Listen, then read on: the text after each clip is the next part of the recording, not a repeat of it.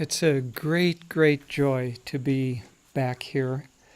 Devi and I are announcing as we travel through India that we're no longer visitors to India, but that we're living in India part-time. And so we're making that shift to be really more present here. Honestly, India feels more like our home than anywhere.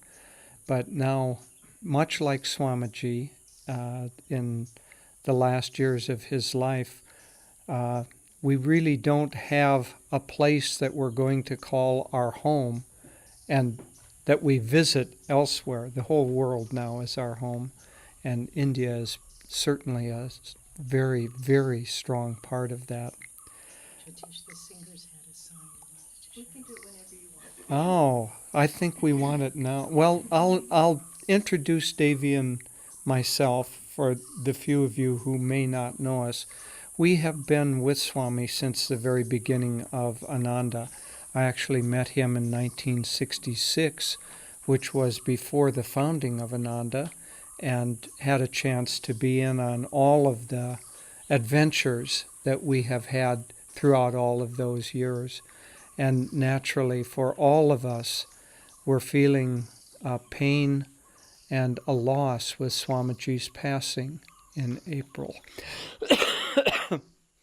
You'll have to excuse me. We led a pilgrimage through Italy in this last month, and many of the pilgrims had coughs and colds, and I held it off during the whole pilgrimage, and then now it seems to have caught up with me. So if I cough a little, just ignore the interruptions.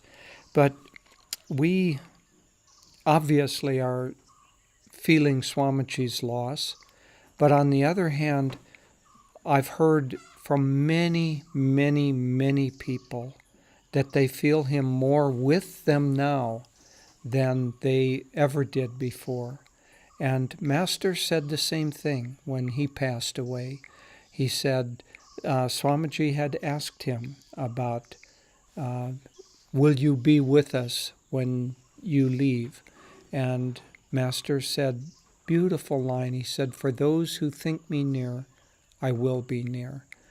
Really what that means is that these great souls are now in the omnipresent. And when they're in a physical body, to a certain extent, they're constrained by that physical body. And certainly we, as their followers, their disciples, are constrained in our thinking that that physical body is who they are. And then when the shell is no longer there, then we can overcome our delusion that they are contained by time and space. They never were, but it's harder to realize that when you're looking at someone. Swami, one time with Master, was having these same thoughts, and is he in that body? Is he in the cosmos? Where is he? And Master, who knew all of Swamiji's thoughts, just looked at him very sweetly and handed him an apple, as if to say, I'm everywhere, and here's an apple. So let's have the singers come up and do their song. And this is one of his earlier songs. He had an incredible gift for channeling a wide variety of music, from songs that are Indian bhajans to folk songs to tremendous choir pieces and orchestral pieces and beautiful sweet duets. And so it's hard to give you a sampling of everything, but we're, and I can't tell you which ones are my favorites because they all are so deeply, deeply moving and inspiring. So the words are on the sheet of paper that you have. This one is called If You're Seeking Freedom. And as I said, it was one of his earlier songs.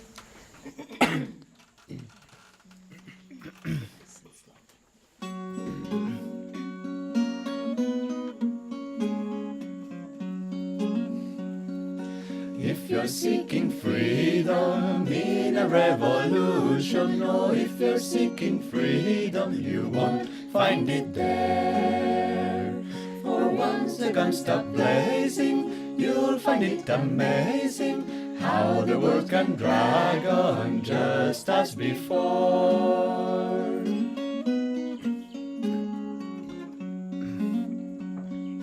If you're seeking freedom in a marble mansion, or if you're seeking freedom, you won't find it there. For even when it's sunny, you'll be counting money, keeping up that showcase, your face lined with care. And if you're seeking freedom on a throne of power, or if you're seeking freedom, you won't find it there. For though men all obey you, what if they betray you? Tense you'll be and waiting for foes everywhere.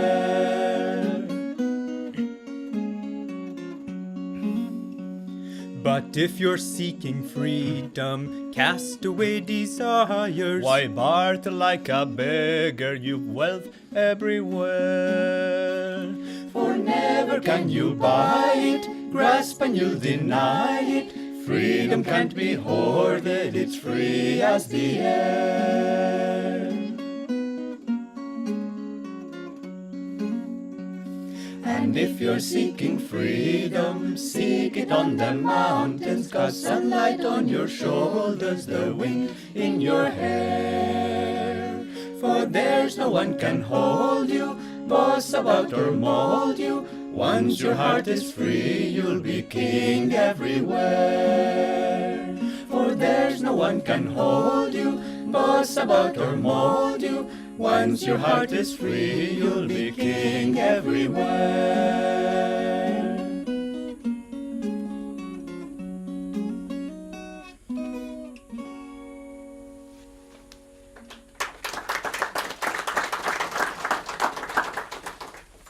This morning we're going to talk about the mission of life, and this has both a personal aspect to it and a more universal aspect to it. I'll just give you a little forewarning. I'll speak for about a half hour, and then Devi will speak for about a half hour, and then we'll have some time at the end of the class for questions. And if the questions are good, we might even have some answers for them. So, when we consider the question of what is the mission, we really have to refer back to the individual, because we could talk cosmically about this subject and give kind of wise teachings and quote scripture and so on, but what would that mean to you and me? What does it mean to our life as we live it right now? And so that very personal mission is the one that's most important to us. Now, that personal mission is always the same for everyone because of the way that the universe is created. So there's automatically a cosmic element to it. So God creates the universe by extending his consciousness out into creation. It's not done from outside, where there is a God up in heaven that's separate from his creation, just as a potter is separate from the mud or the clay that he makes with the pot. Rather, God dreams the universe into existence. And in fact, that's why Master said that the spiritual purpose of dreaming is to show us how God creates the universe, because we at night create our own little universe. So God sends out all of the creation as a kind of dream, but his dream has a consistency that lasts much longer than our dream. Now, if we were dreaming at night and never woke from that dream during the whole lifetime, how would we know whether we were dreaming or not? We really wouldn't.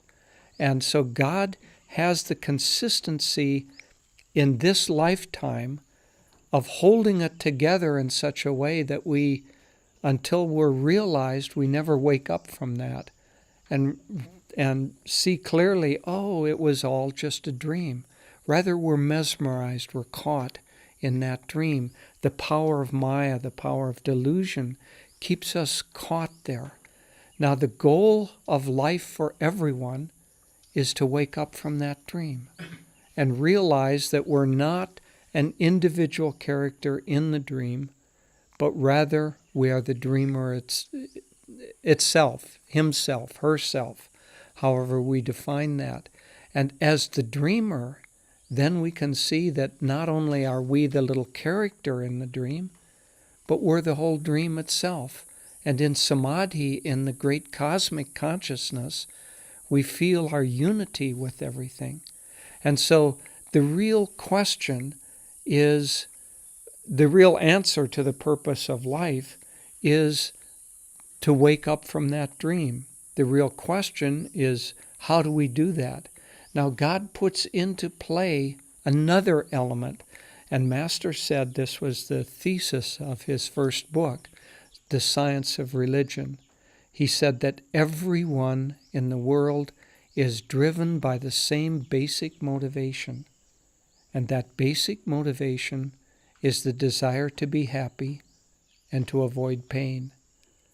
And then there are millions, probably billions of varieties of how we seek happiness and what we do to avoid pain.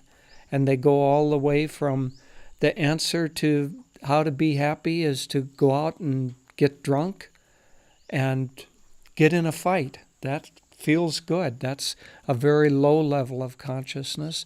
At the highest level of consciousness, the answer to how to be happy is to maintain the consciousness always of our unity with God. And in between, there are 1,000 million variations on that theme. But if you will pause at night especially and look at the events of the day, you will see that everything, all of your desires, all of your actions, everything was driven by the aspect, this motivation of how to be happy. What you ate this morning, you ate that because you thought that that food was going to make you happy. You wouldn't have translated it that way. You ate because you were hungry. But hunger is the other aspect of wanting to avoid pain. There's a little pain in hunger, especially if it gets severe. So we want to avoid that, so we eat. And then we eat, we're satisfied, we're happy. We overeat, we're sick, we're unhappy. And on and on and on it goes. But always what is behind the drama is us waking up from that cosmic dream. One time, a few years ago, we were with Swamiji, and Devi and I were basically asking the question, why does it take so long to get out of delusion? Because we ourselves have been very sincere disciples for over nearly 45 years now, and we've seen really thousands of sincere disciples, and it just seems to take a while to break this delusion that we're not the dream, but the dreamer. And we were asking Swamiji, why does it take so long? And he answered very, very succinctly. He said, understand this.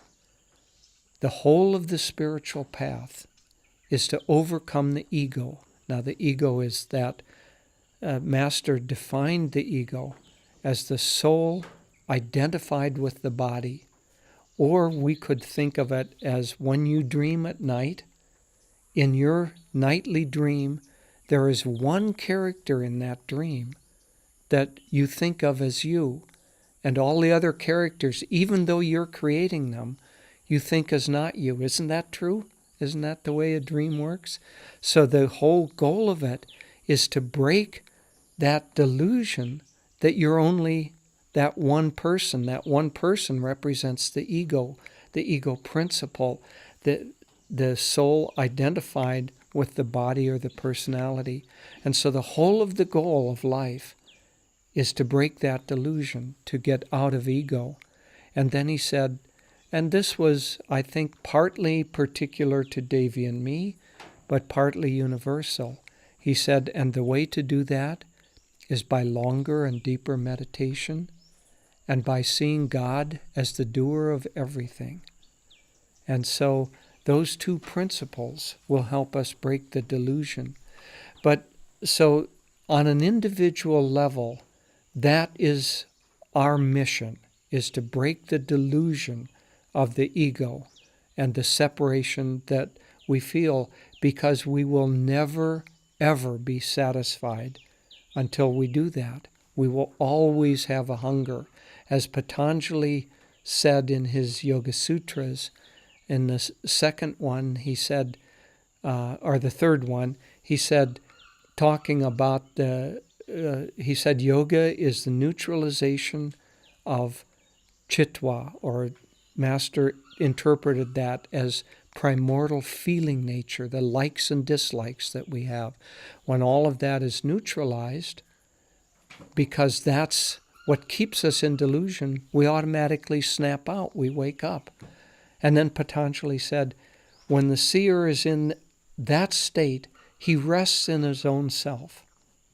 And so in that state, we're completely fulfilled. Then the next one, he says, when he's not in that state, he is subject to the modifications of Maya. And so when we don't rest in our own self, when we haven't broken the bonds of ego, we're always driven by the modifications, and we're always looking at what is going to make us happy, what is going to help us avoid pain, and according to how we answer that question, our life will be defined. If we decide that what will make us happy is to become rich, then our life will be defined and our motivation will be driven by the desire to make money, to do business, to make deals, to watch our stock account, or as it's said in this, cast away desires if you're seeking freedom. And otherwise, the rich man is, even when it's sunny, he'll be counting money. See, it's just that way, according to what we define in this lifetime as the primary thing that will provide us with the happiness we're seeking. That will determine the flow of our life.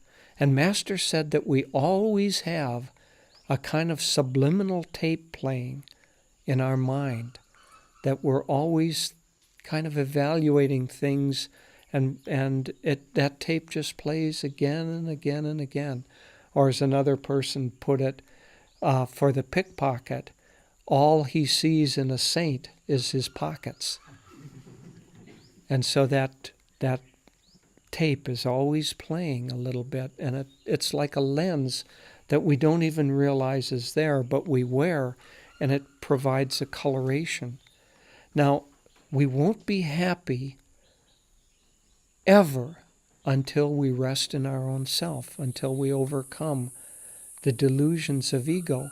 And it isn't vague, when you talk in terms like this, you kind of think, well, what does it mean, rest in your own self? Isn't this my own self? Well, not really, no. What is your own self? Well, Adi Shankara defined that as Satchidanandam. The essential qualities of God are existence, consciousness, and bliss.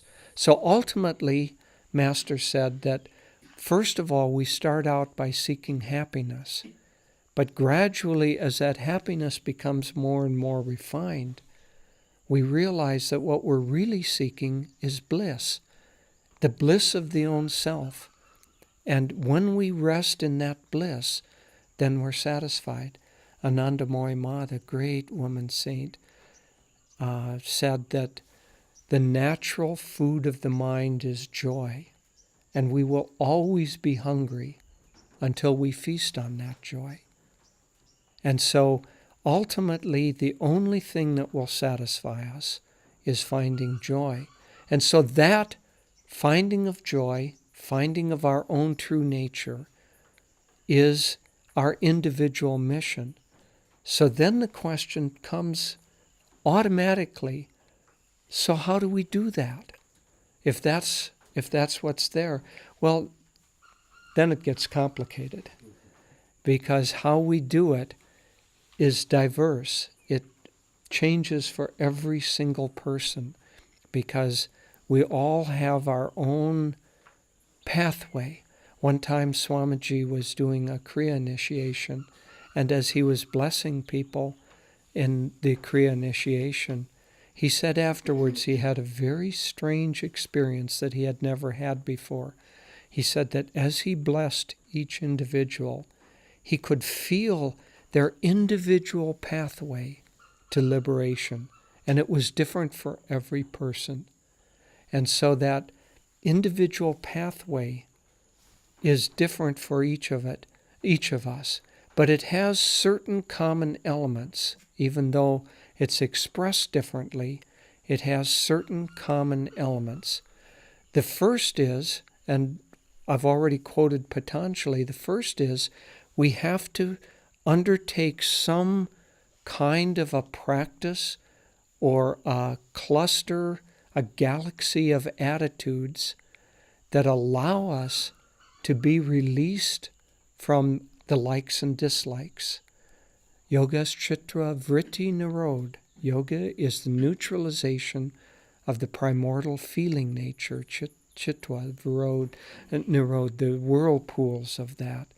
And that those likes and dislikes, so we have to undertake some kind of practice that allows us to be released from that. And that practice always includes going within ourselves and lifting up the energy. Now, in times past, I want to talk a little bit about the yugas, but I don't want to break this thought yet. In times past, that mode of becoming aware seemed to lie outside of ourself.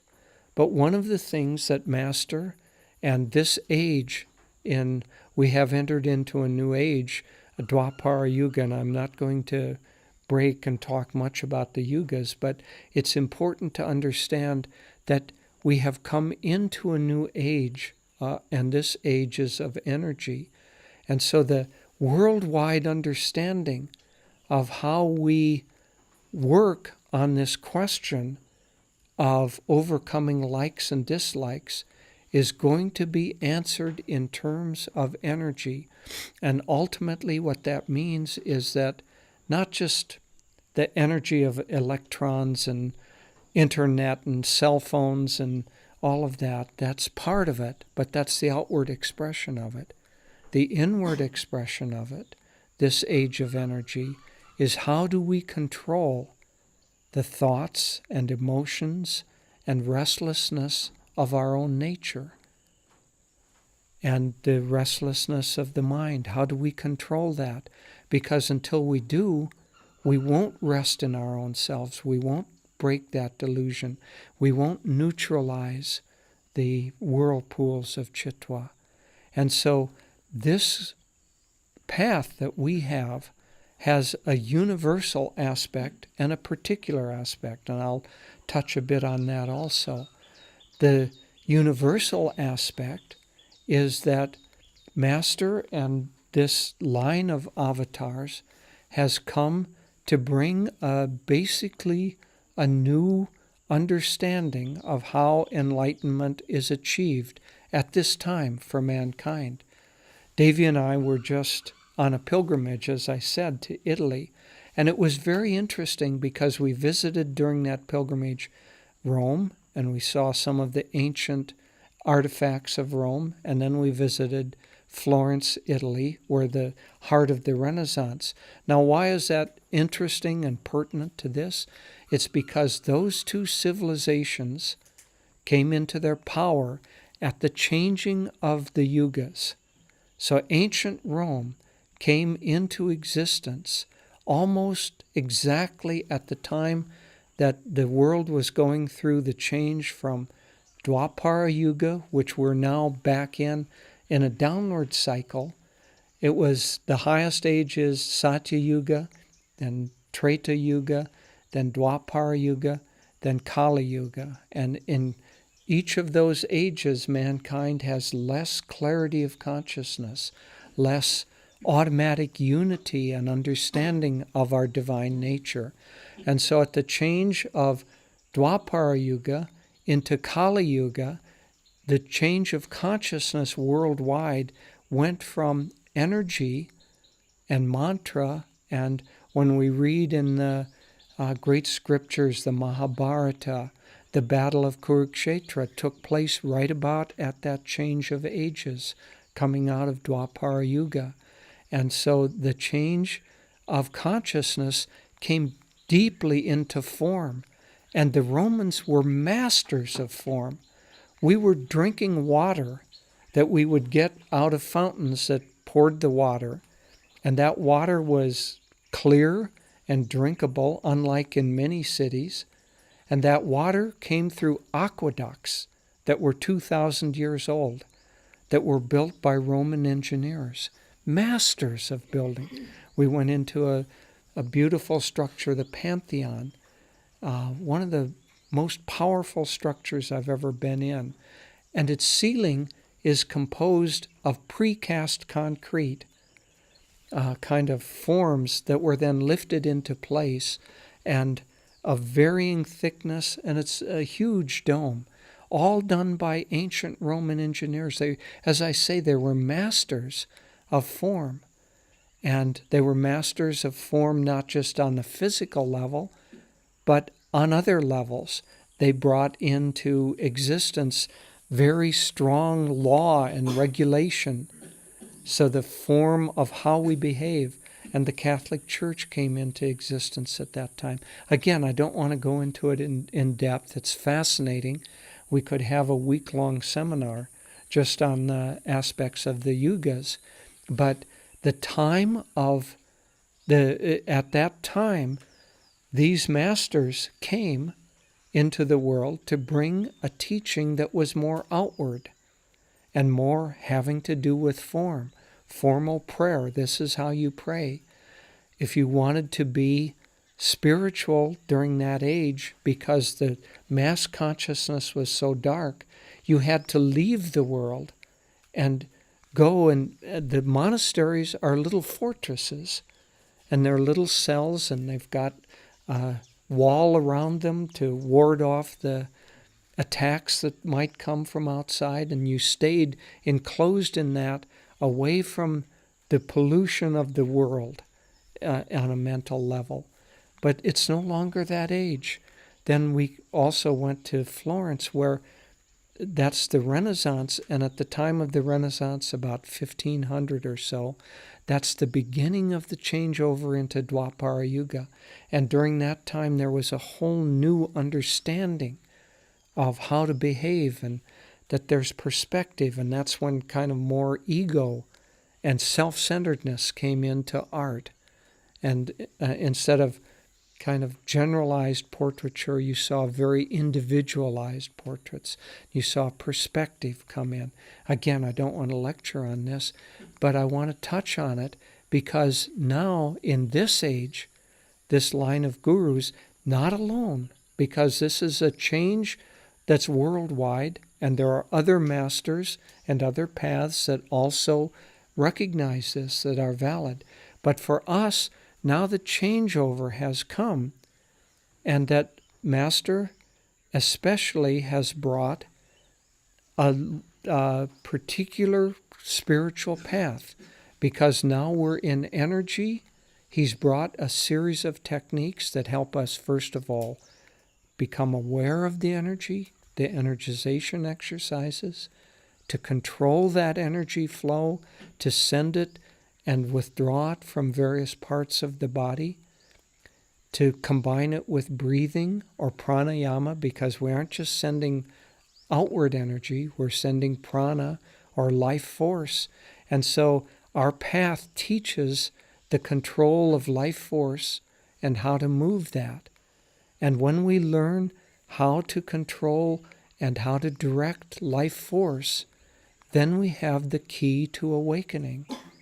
in this age. And that's why it's so important to practice meditation. Important, especially, of course, the primary technique of energy control is Kriya Yoga, the most inward.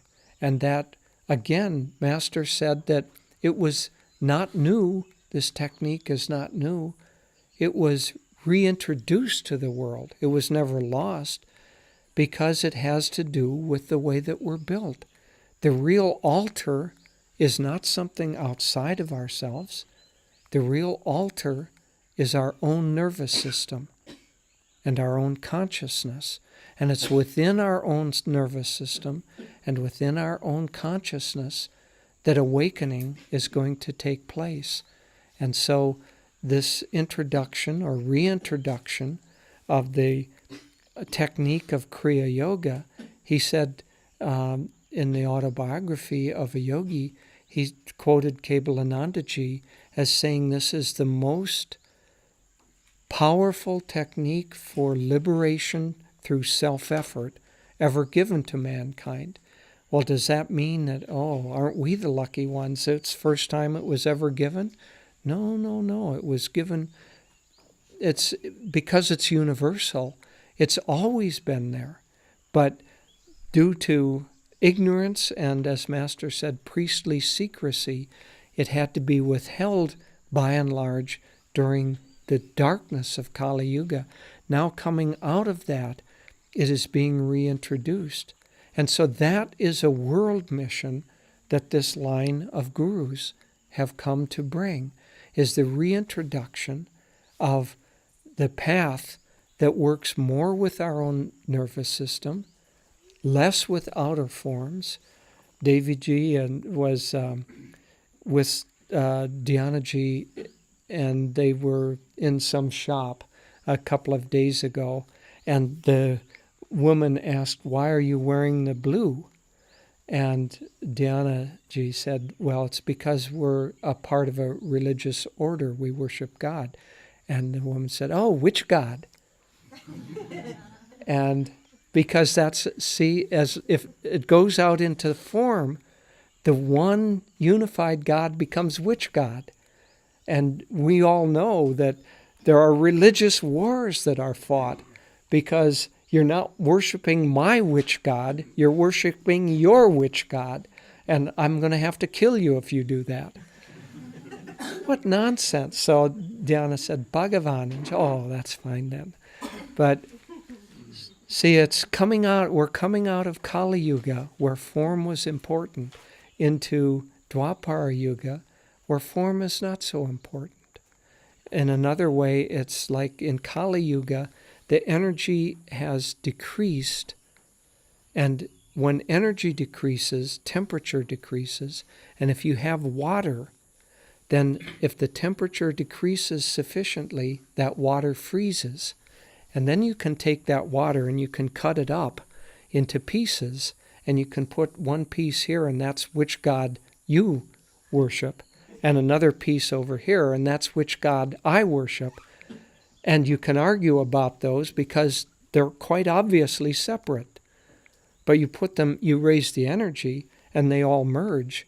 And part of what we're going through right now is the great fear of people who are still holding on to Kali Yuga forms, the fear that this new energy is going to somehow take them away, somehow take away my beliefs, the way of life that I've held and my grandparents have held. And so there's a fear, but it's a changing of ages. It's like a age of dinosaurs. One time, Devi had a beautiful, very amusing, but a beautiful line. Someone asked her, why is there so much energy and religious wars and darkness right now?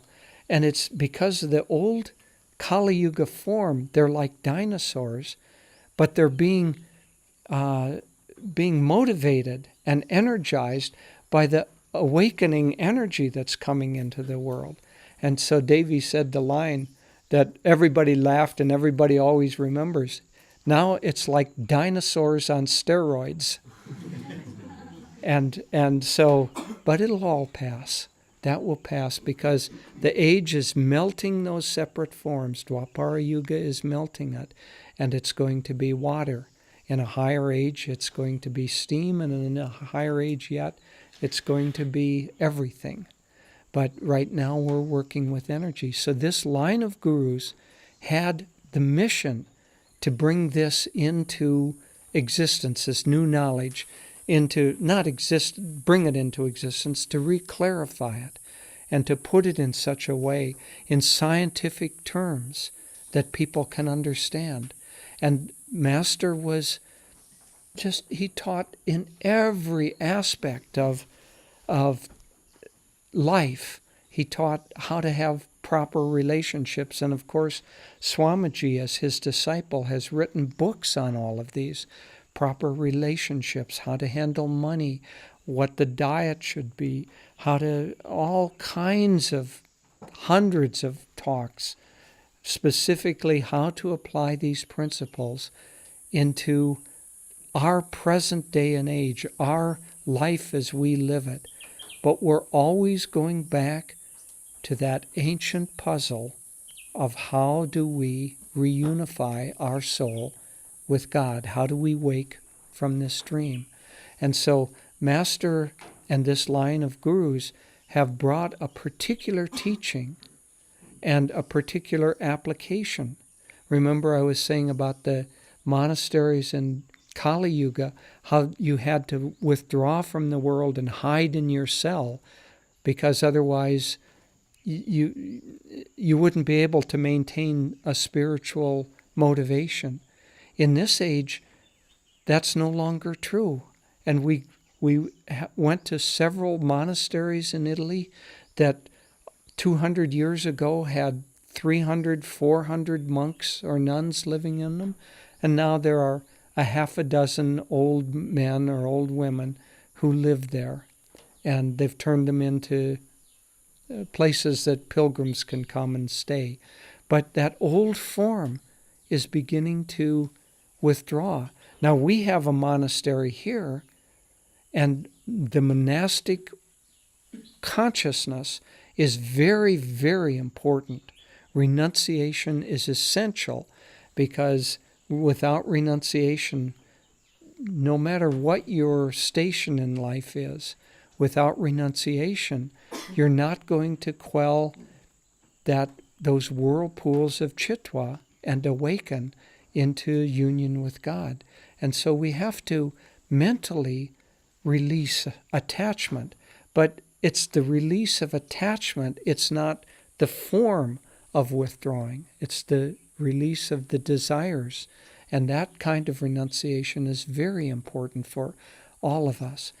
But so we come back around to these great masters had this mission to bring a reclarification of ancient teachings, but they also had a mission to bring about the understanding that we have to spiritualize every aspect of life, not to withdraw from it, not to push it away, not to define the spiritual path as the rules of which we must not do, those things which we must not do or must not desire. That's Kali Yuga thinking. Now, as Swamiji put it, our renunciation is samadhi affirming, not world renouncing or world denying, he put it, not renouncing. Not world denying, but samadhi affirming. And so this line of masters also brought that teaching to us. But our job individually now, as I said, first of all, is to awaken from delusion and to realize that we are one with God. And we have to do that by longer and deeper meditation, using these techniques that were given to us, drawing on the power of God as expressed through the Guru, because what the Guru represents is not a person, not a personality, but rather the particular doorway that God has sent for each of us to enter. And that doorway, think of a large mall that has many entrances into it. you can come into that mall through any of those many entrances. But if you try to go through all of them at the same time, you just get confused and you're outside all the time. And so the Guru is the one entrance that resonates with our own soul nature, with our own long-determined patterns of, remember I was saying about Swamiji, feeling the particular pathway for each individual?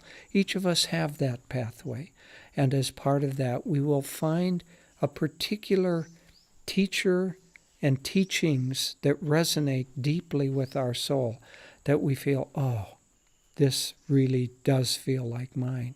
And I know that many of us have had that experience. So we have to meditate longer and deeper, and we have to serve. Master said that meditation was, our path was meditation plus service. And this too has always been the case. I'll just end with this. We heard something that in this pilgrimage in India that I had never heard before. St. Francis really reoriented the Christian church in a proper direction of having not to do with worldly affairs, but having to do with connection with God and to service. But so he started a monastic order called the Franciscan order, and as part of that, he had eventually several thousand monks and nuns in his lifetime. But he had them in groups of 4, and he had what he called brother mothers and brother sons. And the job of the brother mothers was to serve the brother sons. So make sure, because they didn't, one of the aspects was they didn't have any money. They had to go out and ask for their food, recognition that Divine Mother feeds us. So they had to beg for the food. They had to, of course, do whatever it took to keep themselves alive. Well, that was the job of the brother mothers. The brother sons, their job was to meditate, to pray, to go into seclusion. And we went to many caves and areas where these great souls had spent months and years praying and meditating to God. And so the brother mothers took care of them, and the brother sons, their job was to become unified with God. And then they switched roles so that the brother sons became the brother mothers and took care of the others. But it's always there, this dual aspect of we have to commune with God and we also have to serve. And that's why Master defined his path as a combination of meditation and service. And we'll be speaking more about this, but I want to give Daviji a chance. Well, welcome everyone, and I want to also say how wonderful it is for us to be here. And I must say, we've been looking since we were here last year in January and February. I've been longing to come back. I've been so many of your faces have been in our hearts and minds, and it's just a joy to be back. One of my favorite statements that our Guru Yoganandaji made was, "The time for knowing God has come." What an incredible statement. Simple words, short, succinct. But what does that mean? The time for knowing God has come. Why now? And why has it just arrived? I mean, God is eternal. God is beyond time, beyond space. But what Master was saying in that was, right now we are living in a time, as Jyotish was painting a very big picture, of a change of consciousness for humanity. When we were in the city of Florence, or the Italians call it Firenze, you can still feel almost 1,000 years later, the excitement of those young artists as they began breaking through out of the limitation of the Middle Ages, where everything was just two-dimensional and the role of the individual was just not important. And you could feel the excitement of those young geniuses. Yes, it's fair to say that, but more than just individually talented individuals, they were able to tune in to emerging, expanded consciousness. And that's why, for those of you who have studied Western art at all, you go to see some of these great works of art in the Vatican Museum, the Pietà, which means compassion. And it's the Divine Mother in the form of Mary holding the body of her son, Jesus, after he's been crucified. Michelangelo did that when he was 22 years old, one of the greatest works of Western art. And how was he able to do that? Because if we think, well, he's a genius, he's different from us. If you look at people who have been on the spiritual path 45 years, you think, oh, they're different from us. Not at all. He was able to do it. The communities of Ananda and the devotees throughout the world are able to do it because we are tuning in to currents that are accessible to everyone, not just a few. And this is what's not the time for knowing God has come. It's a very exciting statement because Master Yoganandaji is saying, I am coming now. As paraphrasing the Bhagavad Gita, when virtue or dharma declines and evil or adharma is predominant, I will come again and again to reestablish this higher consciousness. And that's what Yogananda was saying. He was saying that he, along with the line of avatars that they've come throughout history again and again in the East, in the West, Master said that at Christ's birth in the West, you may be aware of this, it's shocking to Westerners, that the three wise men were Lahiri Mahashaya, Sri Yukteswar, and Babaji. And then, of course, those of us who have gone deeper into the meaning of Western religion, we know that Christ came to India and Tibet, and he studied the teachings of the great masters here, and he brought these back.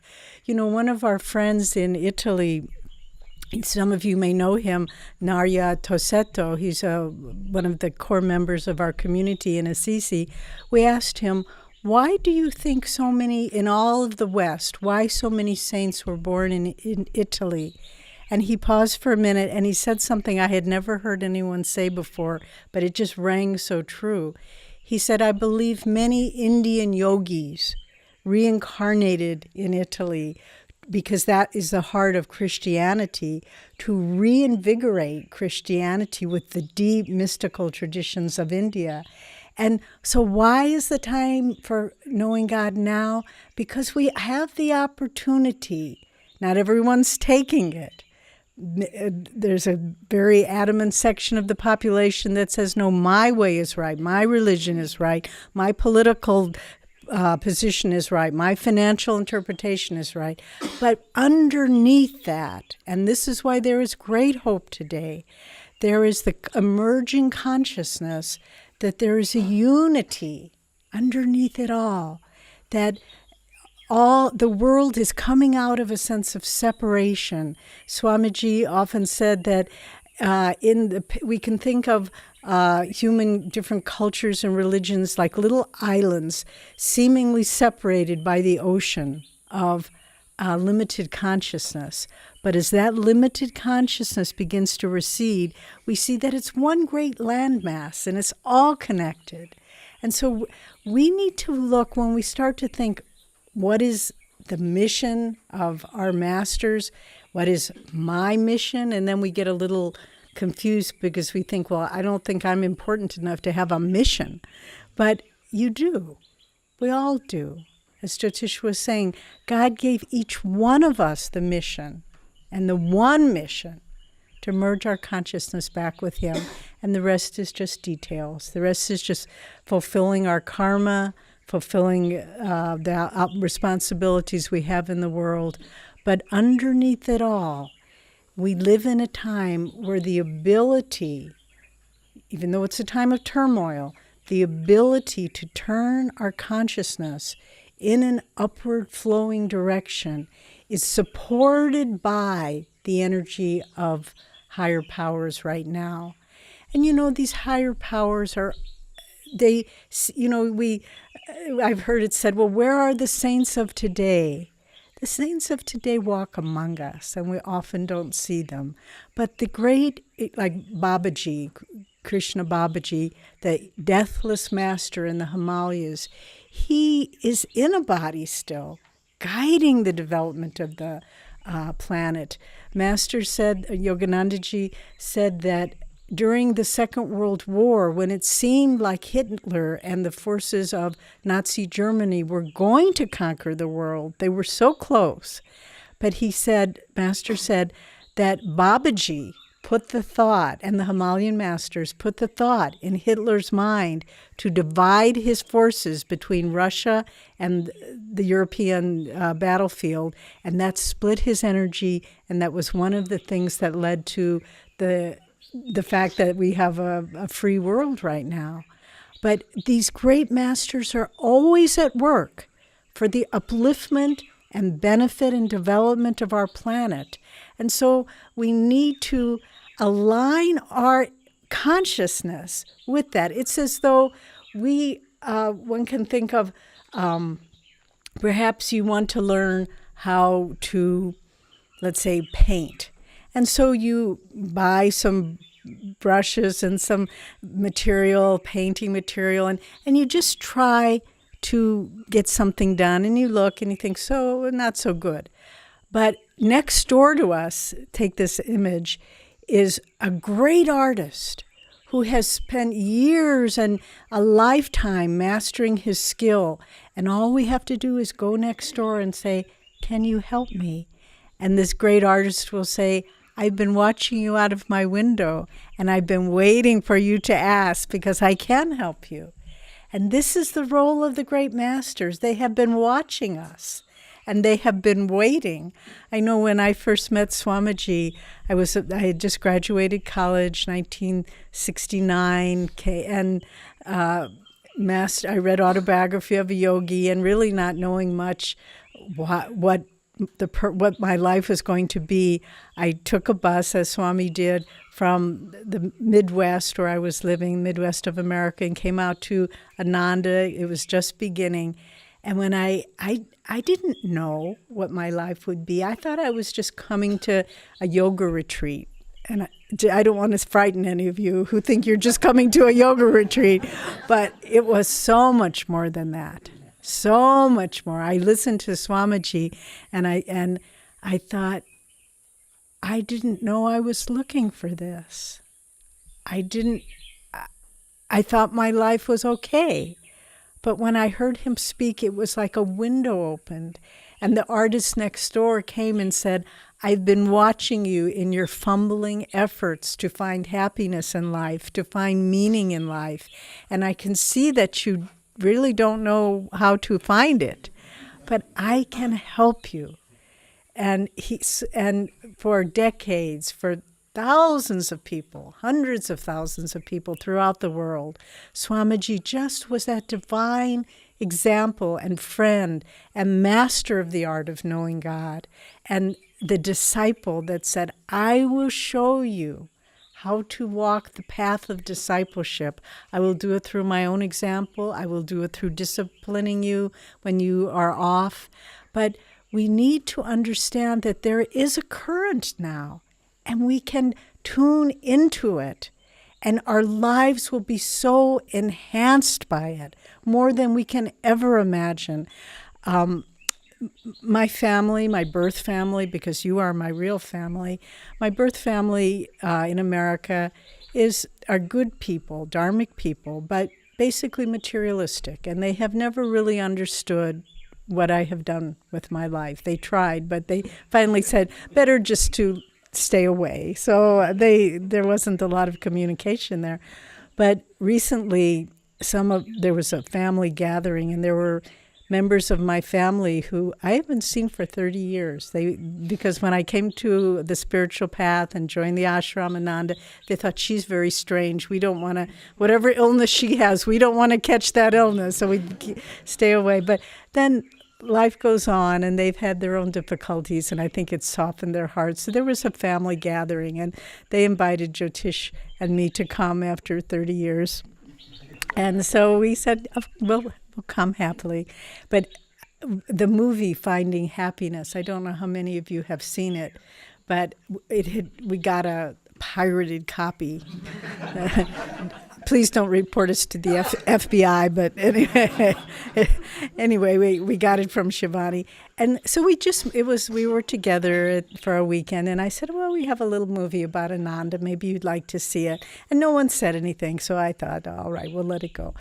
But then it was Sunday after breakfast, and I said, well, we have to drive back now to Ananda. And they said, oh, you had this movie, didn't you? And we said, yes. And they said, well, let's see it. And so I said, we can just watch 10 minutes of it. You can get a visual image of where I've lived for these many years. And we put the DVD in, and they were just enwrapped. No one said a word for the whole 90 minutes. And afterwards, some of them were weeping.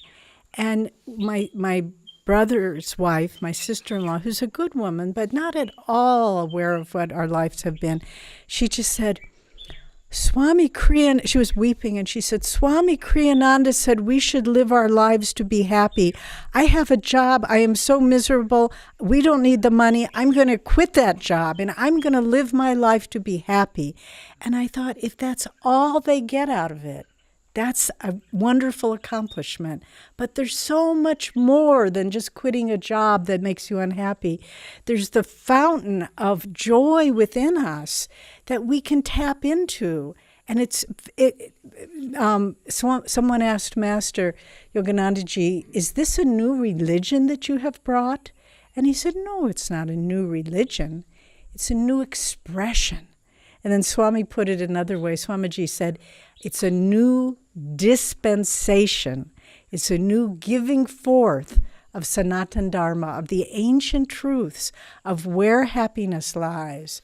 And as Jyotish was saying, what are the components of this? If we want to say, all right then, how do I tune in to these emerging spiritual trends that have the potential to transform our planet? Well, one, to see the world in a unified way. When you read the news, don't take it at face value, but see what's trying to emerge here. I know for those of us who are from America, you read what's going on with the politics and the economics and so forth, and you think, what happened to the land of the free and the home of the brave? What became of them? But you go beneath that and you see there's the current that's trying to say, me first, what I have for myself is mine and I won't share it with anyone. There's the other current that's saying, we are all brothers and sisters, and we all have to help each other. And they're battling. And when you see it in that way, you gain hope, not discouragement from what's going on. So to see the world in a unified way, to think of life, because every day we find ourselves interacting with other people at work, at family, driving on the road, and to begin seeing, breaking down the ego so we don't just say, my way is right, but to think of a sense of cooperation, to a sense of, I don't always have to dominate my position, my way of thinking. For me, living in a spiritual community for almost 45 years, I can see that transformation in myself on a human level, probably the most dramatic change that has happened. Not spiritually, that's a different story, but on a level of human interaction, the ability to say, my way doesn't have to predominate, doesn't have to prevail. Let me see the larger picture.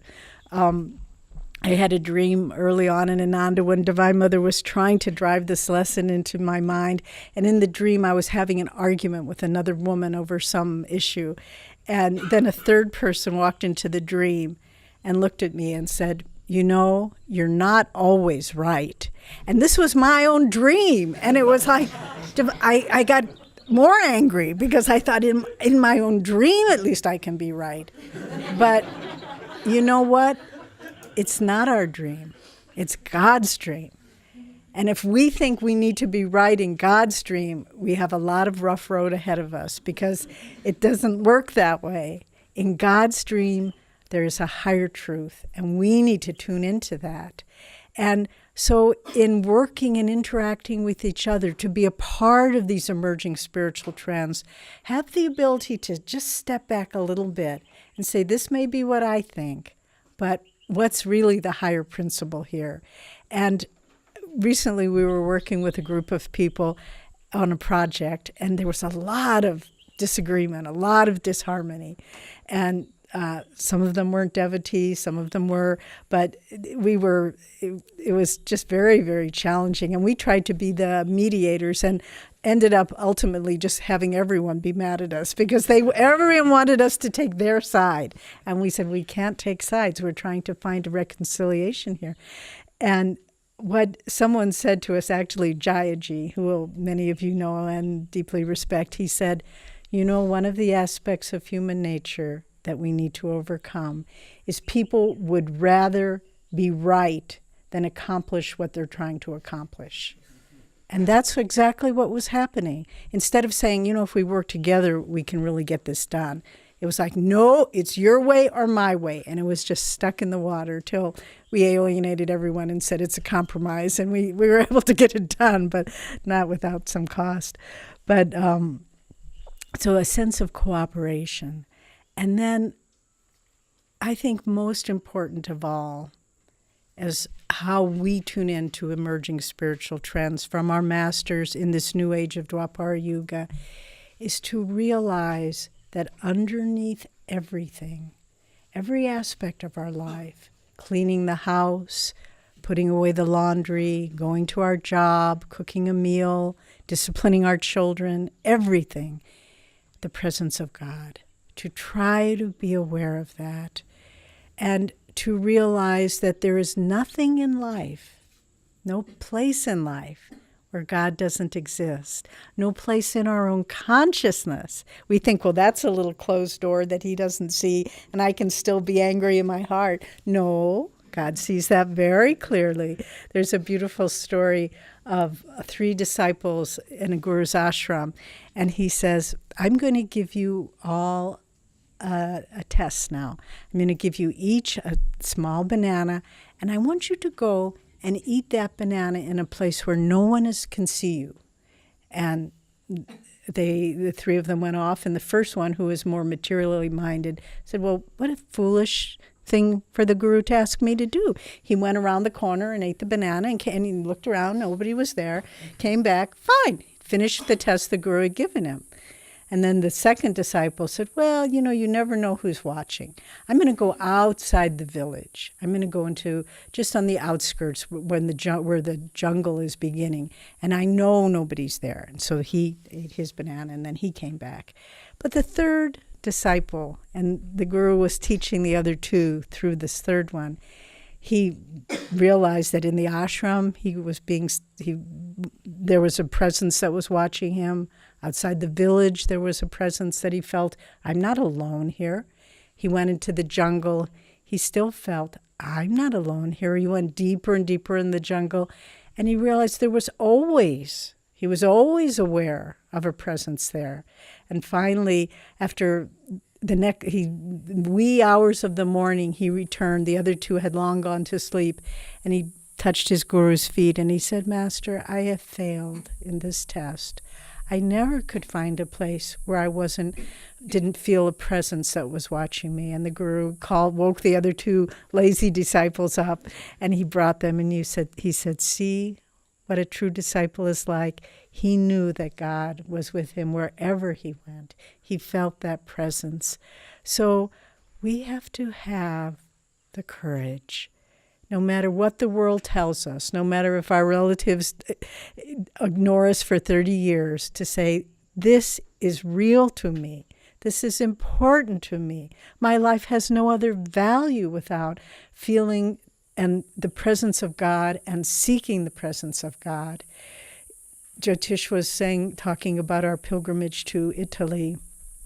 And we went in the last few days to this very holy place in Italy.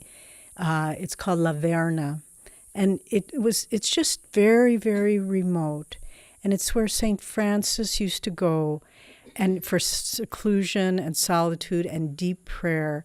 And it's an amazing place because there are just huge boulders that have kind of caves and boulders that have fallen on top of each other. And you feel like, I don't know, you're not to be like the lazy disciple, but you feel like there's no one else there. But of course, God's there. And St. Francis used to wander up on these little mountain trails far up into the mountain and find a cave and just pray to God and commune with God. And he had many divine visions and experiences there. So there's a little guest cottage that you can stay. And we took our group of people, and there were actually, it's a guest house. There were 50 of us. And we just had 2 days there in silence, pretty much, and just to go into the different chapels. And then one morning, Jyotish and I saw this little trail going up into the mountain. And so we began going there, and we didn't really know where it was leading, but it went up and up and up into the mountain, and hours went by, and we were still up in the mountain. And we realized these were the little forest trails, mountain trails that St. Francis would take. And then we got to the top, and there was a little stone chapel there where Francis would pray. And you could look off and you could just see very, very far. And we just sat there for a long time. And there was such a presence of freedom and God's presence. And I really prayed, Lord, don't ever let me forget this experience. Let me remember when I go back into the marketplace, go back into the world, get back on the train and all the things that you have to do. Let me try to have that song of God singing all the time in my heart, the way St. Francis did, that great saint that came and brought deep spirituality back to the West again. And so in this new age, we need to have the courage to say, I don't care what the world tells me. I don't care what the religious conflict, the political confusion. I am living for God. And there is a power behind me. There is a wind in my sails. And that wind is divine grace that is blowing into the world at this time. And as Master said, if we can hoist our sails and keep them full, Master said that the path to God is 25% our own effort, 25% the Guru's intercession on our behalf, and 50% the grace of God. But the 25% that's our own effort, that doesn't mean 25% of what we have to give. It means 100% of what we have to give. And that means we hoist our sails so they can catch all the wind of grace that's blowing into the world now. And if we can do that as individuals, as a Sangha, as disciples of Master worldwide, we, just as those artists in the Renaissance, their enthusiasm redefined Western civilization. Through the grace of Guruji and God and our great masters and our receptivity and our effort, we too can bring about a new time of spirituality for people everywhere. So God bless you all. Okay, I'm going to do something very mean. I'm looking at Shamini. Shamini, you spent how much? 2 months? 3.5. 3.5 months at Ananda Village. How would you feel if I asked you to come up and talk for 2 minutes about what you learned there? Okay?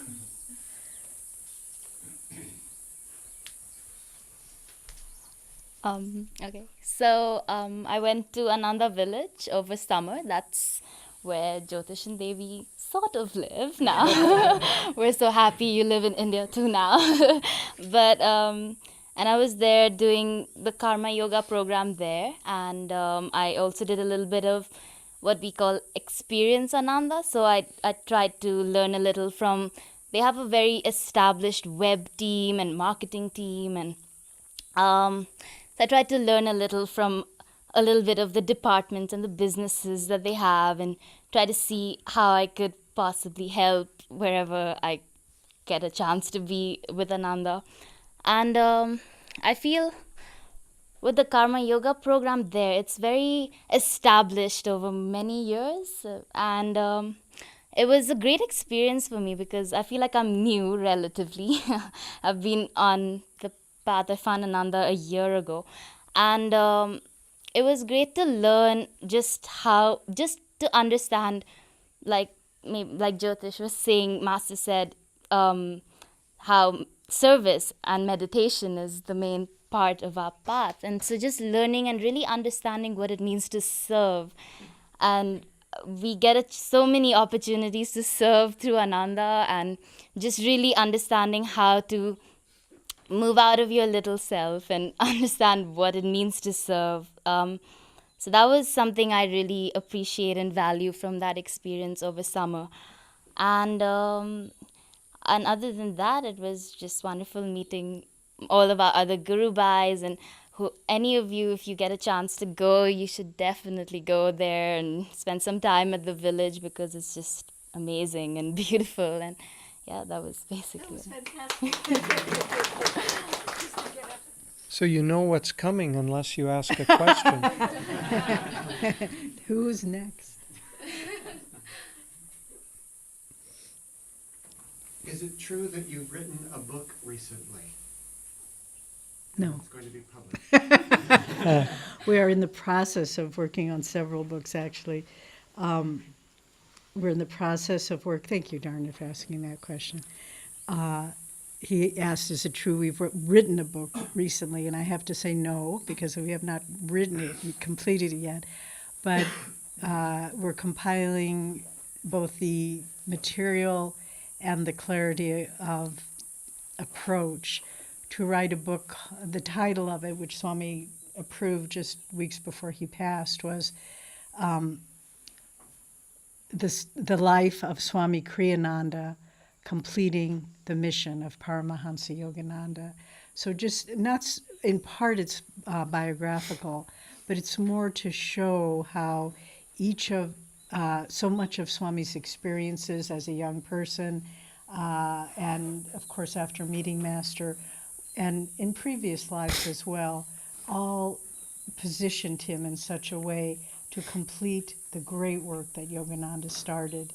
And Swamiji was such a humble, self-effacing person, never put himself forward, but looking at his accomplishments from our perspective now of not having him in the body anymore, you just realize what he was able to accomplish really was not humanly possible. Divinely possible, yes, but not humanly possible. And you realize what a great work. As Master said, you have a great work to do, and he fulfilled that work. And so we're going to try to just show how all the different threads of Master's life, Kriya, education, dharmic living, uniting East and West, communities, health and healing, all of these, how Swami brought these to fulfillment. So we're working on that book. And then a smaller book that we're working on. For those of you who might know or might not know, Jyotish and I have a weekly, brief little blog called Touch of Light.